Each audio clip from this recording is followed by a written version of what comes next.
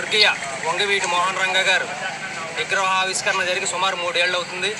ఒక మహానుభావుడు విగ్రహం ఎంతో అవసరం అని చెప్పి ప్రజలందరూ కూడా కులాలకే మతాలకే అతీతంగా ఒక విగ్రహావిష్కరణ చేసుకుంటే ఇది మొదటిసారి అయితే కాదు.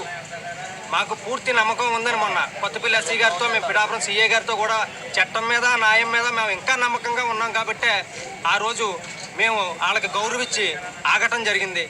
ఈరోజు మళ్ళీ ఇదే రిపీట్ అయినందుకు దీనికి తగిన చర్యలు వెంటనే పోలీసు సిబ్బంది వారు తీసుకుని మాకు న్యాయం చేసే వరకు మేము దీక్ష కొనసాగిస్తామని మేము మనవి చేసుకుంటున్నాం. అలాగే మాకు ఇప్పుడే వంగవీటి రాధా గారు మా గురువు గారు కూడా ఫోన్ చేయడం జరిగింది.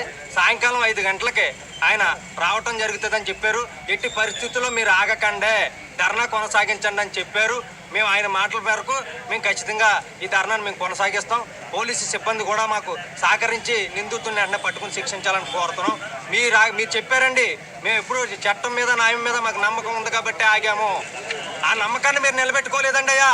దయచేసి నిలబెట్టుకోండి అయ్యా. పోలీసు వారు రిక్వెస్ట్ చేసి కోరుతున్నామండి అయ్యా.